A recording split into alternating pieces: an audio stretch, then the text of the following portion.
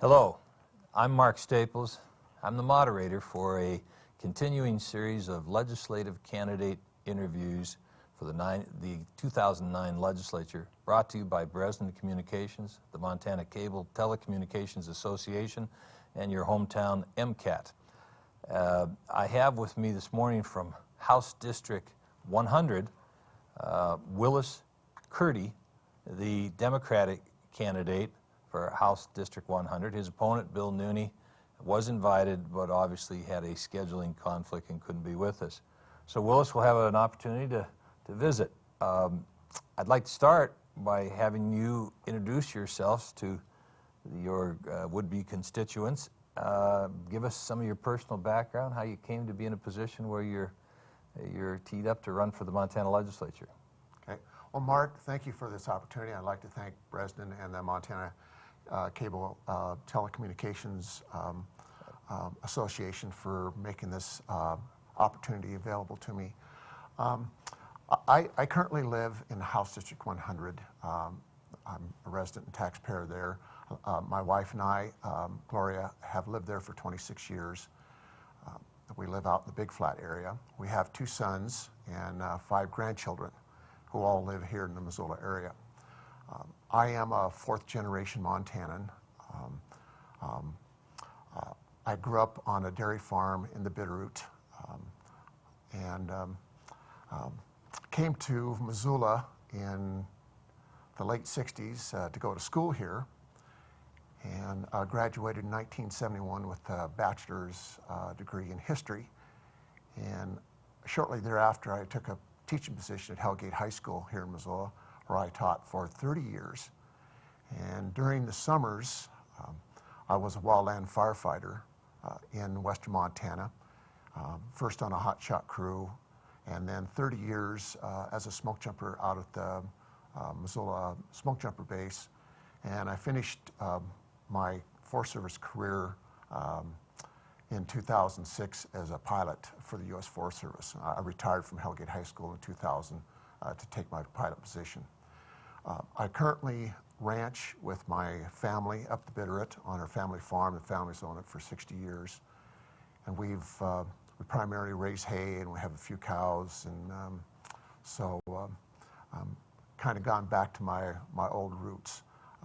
I've been very involved in the Missoula area. I was on the Missoula Rural Fire District Board of Trustees, Big Flat Irrigation District Commission. I've been actively involved in community agencies and activities for a number of years. So basically, Mark, that's primarily who I am and where I've been. You know, you were a firefighter, and we probably need you these days. You can't talk to anybody without the subject du jour, the national economic meltdown. And I guess I'd like to know from your perspective, particularly if you're going to go to Helena and represent the House District 100, are we at all insulated from that in Montana, as some would suggest? If we're not, as others would fear, what can you do, what can we do to make sure that Montana stays out of that quicksand that the rest of the economy seems to be sucking down into? Well, my biggest concern in terms of the national economic situation is that I'm really concerned about the amount of credit that's going to be available for Montanans to use. Whether it be a farmer going out and buying seed for his or her winter wheat crop, whether it be an individual looking to buy a car, being able to go out and purchase that car, or even a home equity loan to remodel a home or anything such as that. So my biggest concern is with the availability of credit in Montana. And you know, banks are, you know, the banking crisis, you know, is the overall issue here, but the credit market, I think, is what I'm really concerned with. We seem to be fortunate enough to have yesterday, I believe, it was still a $300 to $400 million surplus in Montana. And of course, you hear all kinds of philosophies with regards to that. we should spend it on our civic and social needs, infrastructure needs. We should save it for a rainy day that might come washing over us, or we should give it back. How do you stand on the surplus? How do you, if indeed we have one in January, do you have priorities for it? Save it, give it back, spend it? What are your priorities for the budget that needs to be put together? Well, primarily we need to fund state government, and we need to fund state government in such a way that we can provide for Montana's working families. And that will be helping out with energy assistance for seniors and for low-income folks. We need to do something for a lot of our uninsured children, follow up with Initiative 155. And we'll also need to continue to fund our schools, our elementary through high schools. And the last 2 years, we froze tuition for college students in Montana. And I think I'd like to take another run at that. And we probably need to put some money into a rainy day fund. We did the last time, and it was really a smart thing to do because we ran into a difficult fire season in 2007 and had to tap some of that. But we need to do that, and if we fund schools like we do, that will hold off the pressure on property taxpayers and, in essence, help them out property tax-wise. Well, speaking of school funding, there seems to be a bit of a running argument about it since I've ever watched. And there is a very strong argument being made that we don't adequately fund schools. And I'd like your perspective from your 30 years of teaching. The governor believes, if I'm not misquoting him, that he's done within the constraints of the budget such as we have, he's done what he can. He hopes to do better, but that in the last 2 sessions he's poured as much money into the school funding system as we can afford to.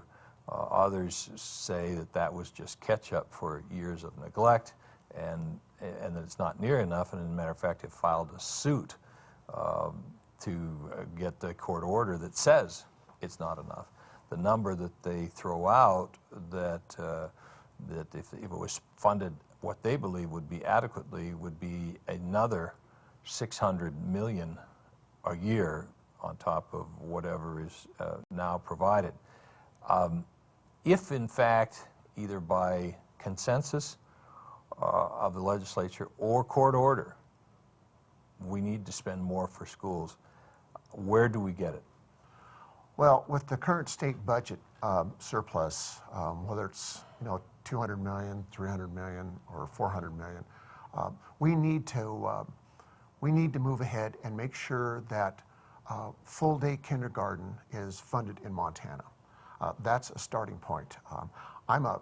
Even though I was a high school teacher, I'm a big fan of early childhood ed. This is where it all begins. And the old the statement, everything I learned in kindergarten, is quite true in terms of my philosophy. So we need to make sure we fully fund full-day kindergarten education. And I'd like to see class sizes reduced, especially in K through 5th grades. And we do need to catch up. We have put most of the burden of funding for schools for many years on the back of the local property taxpayer.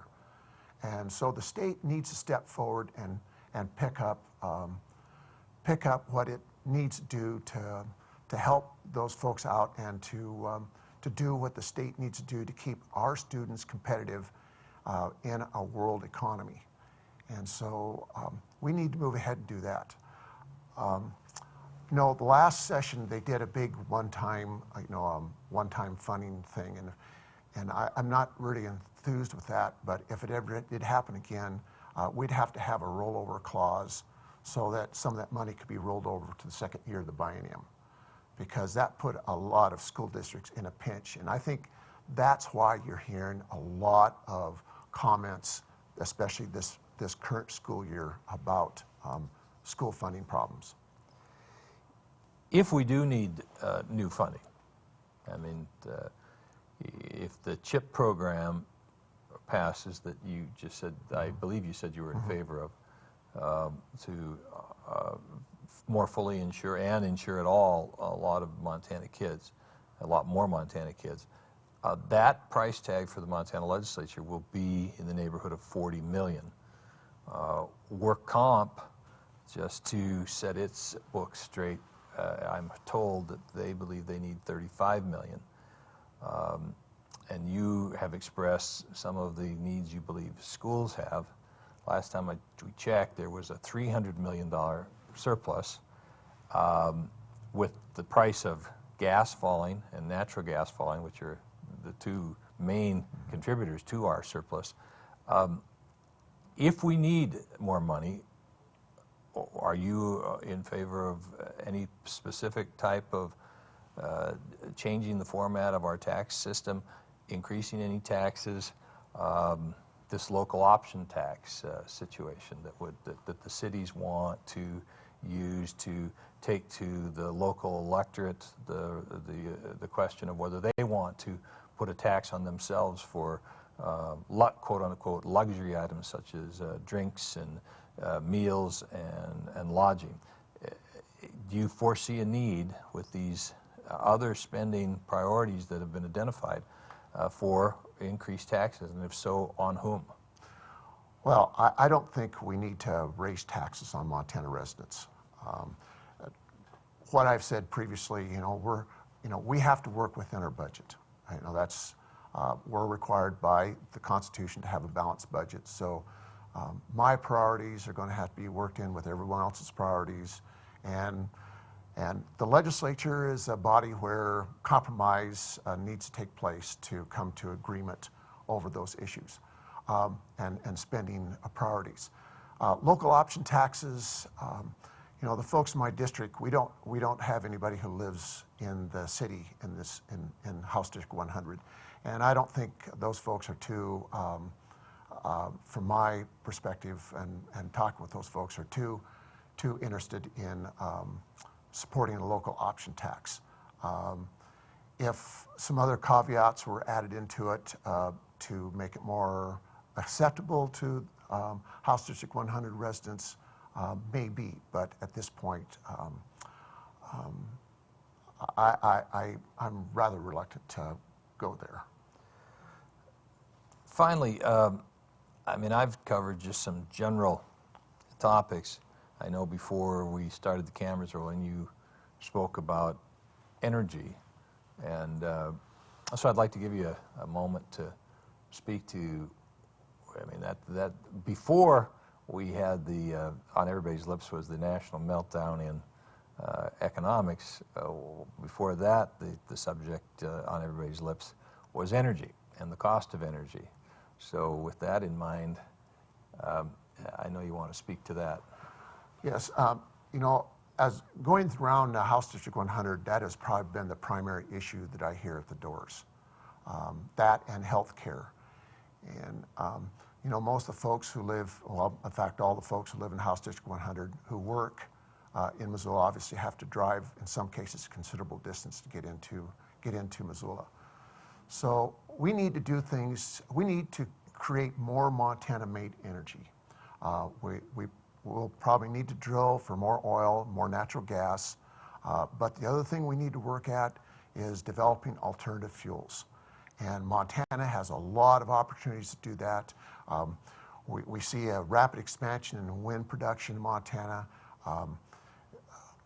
We have all sorts of biofuel interests and projects ongoing.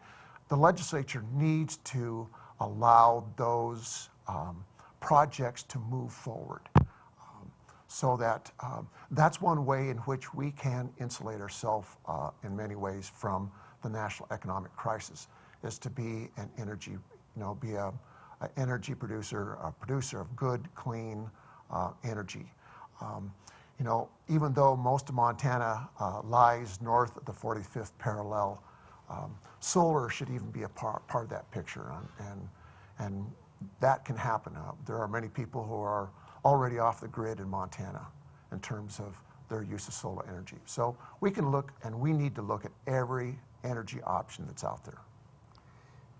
Yeah, I hate to wrap this up because I enjoy learning the perspectives of all the candidates, but we do move on to the next candidate. So I'd like to give you an opportunity to close. I appreciated talking to you, and thank you for taking your time to be with us.